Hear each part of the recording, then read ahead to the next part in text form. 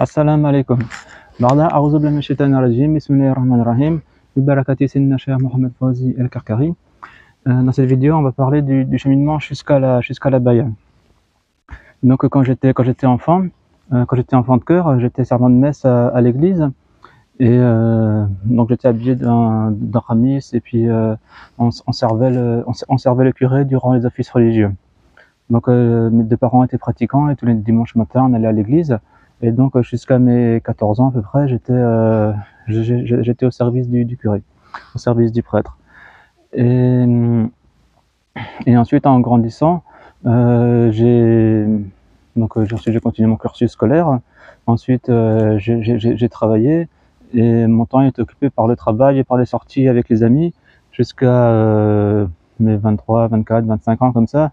À ce moment-là, je commençais à devenir dépressif. C'est-à-dire quand j'avais un travail qui me convenait, j'étais intermittent du spectacle, donc le salaire il me suffisait, j'avais un travail dans lequel j'exerçais ma passion. Et au niveau des amis, j'avais des amis qui étaient bien, alhamdoulilah, j'avais des bons amis. Et donc voilà, mais il me manquait quelque chose. Je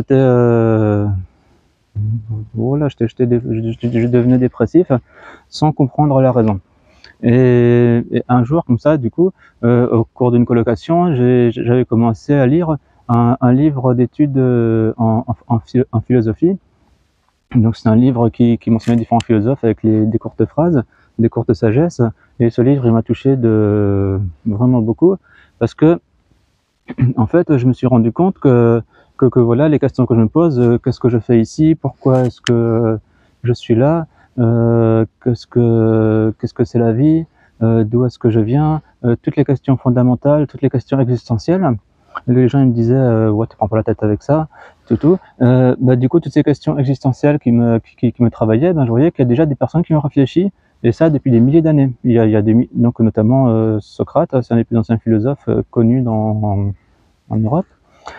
Et donc voilà, déjà il y a des gens qui réfléchissent là-dessus. Et là j'ai commencé à lire. Donc avant je lisais déjà, mais je lisais des romans, donc c'est vraiment différent. Et donc là à ce moment-là j'ai commencé à lire du coup des ouvrages de philosophie. Et je me mettais en pratique également, comme je pouvais, j'essayais de mettre en pratique. Et j'ai commencé à voyager, puisque je me suis rendu compte qu'il fallait se détacher des choses pour vraiment se concentrer sur ce travail. Et donc j'ai commencé à voyager. Et j'avais toujours des livres. Donc je faisais la philosophie. Et puis à un moment en philosophie, ça parlait aussi de la sociologie, de la psychologie. Donc j'avais commencé à lire ça. Ensuite, je m'étais intéressé à la psychanalyse pendant plusieurs années. Ensuite, au bouddhisme. Et là, à ce moment-là, j'étais devenu athée. C'est-à-dire qu'avec ces lectures, j'apprenais le fonctionnement dans l'homme sans vraiment comprendre. Il manquait toujours quelque chose.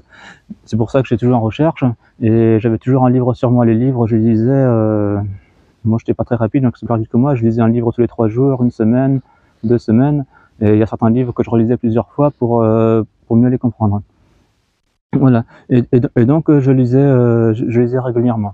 Et par exemple, dans mon voyage quand j'ai descendu en Afrique, et bien dans mon sac à dos, il y avait donc voilà, à force de voyager, du coup j'avais appris à me limiter.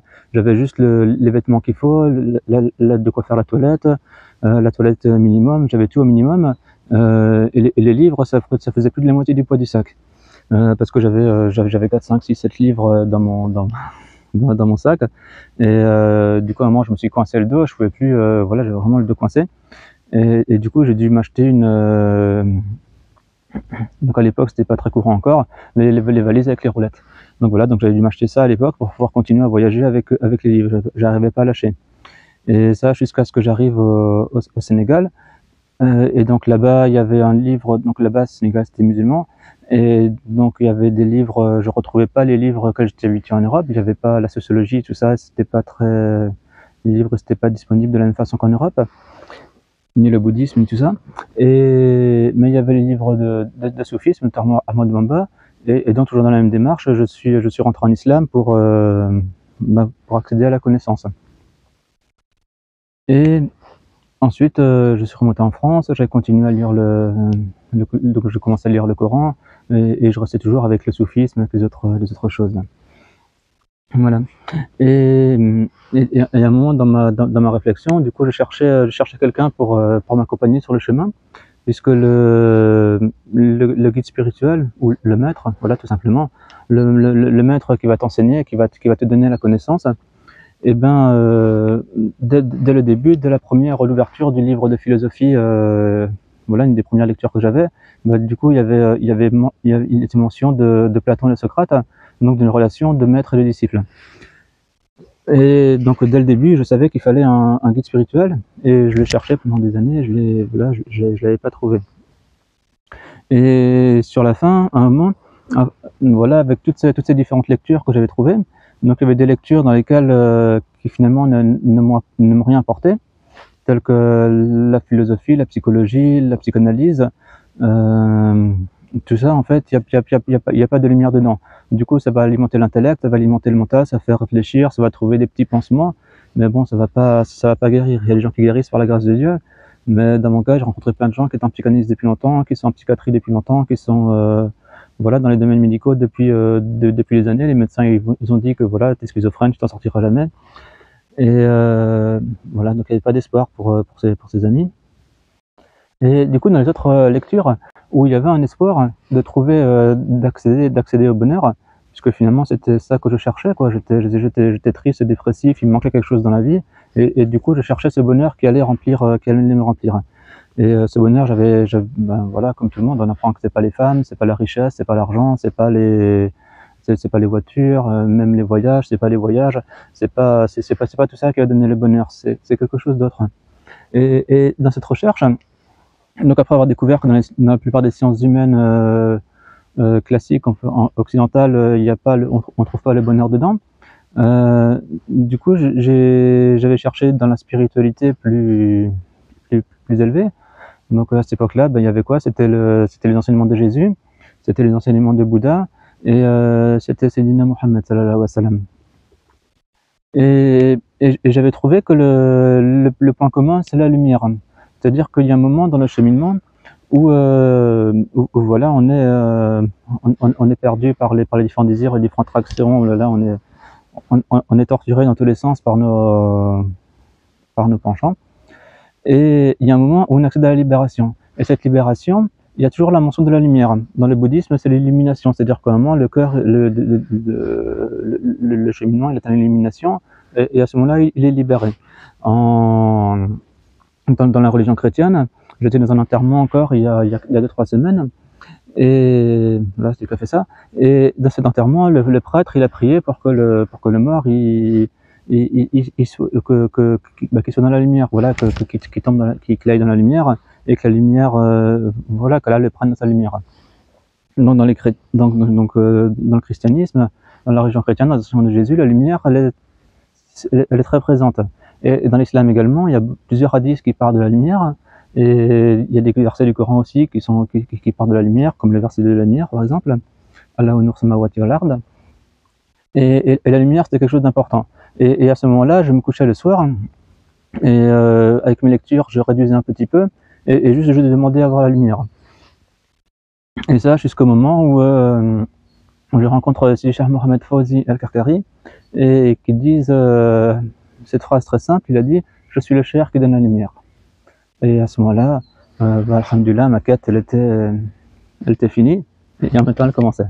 Voilà. Et voilà, alhamdoulilah, c'était le plus beau jour de ma vie. Et je tiens à rajouter également que j'avais recherché d'autres guides spirituels, et donc quand j'étais au Sénégal, donc je me basais sur les écrits d'Ahmadou Bamba, et Ahmadou Bamba il disait qu'il faut un maître avec des signes.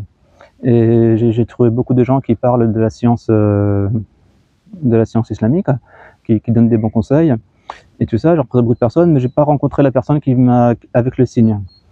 Et donc comme j'avais pas trouvé dans l'islam, et que j'étais pas encore bien enraciné, bah, du coup quand j'étais retourné en Europe, bah, du coup j'avais cherché dans les nouvelles religions, on peut dire ça comme ça. Et donc dans les nouvelles religions, quand on cherche sur internet, il y a beaucoup de gens qui parlent de la lumière également, avec des vibrations et des émotions, voilà, de tout ça, et qui disent que voilà, avec la lumière, ça permet de se libérer.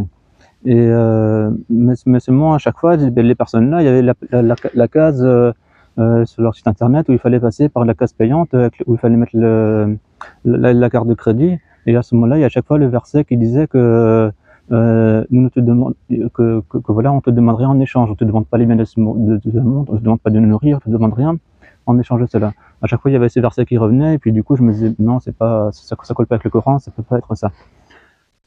Et ça, jusqu'à ce que je rencontre le cher aussi, Cheikh Mohamed Fawzi El-Karkari, et c'est le seul que j'ai rencontré qui vraiment donne la lumière. Et après plusieurs années de cheminement avec lui, et j'atteste que après plusieurs cheminements, ce matin encore, j'ai vu la lumière, et alhamdulillah, et c'est que le début du cheminement. Alhamdulillah. Assalamu alaikum.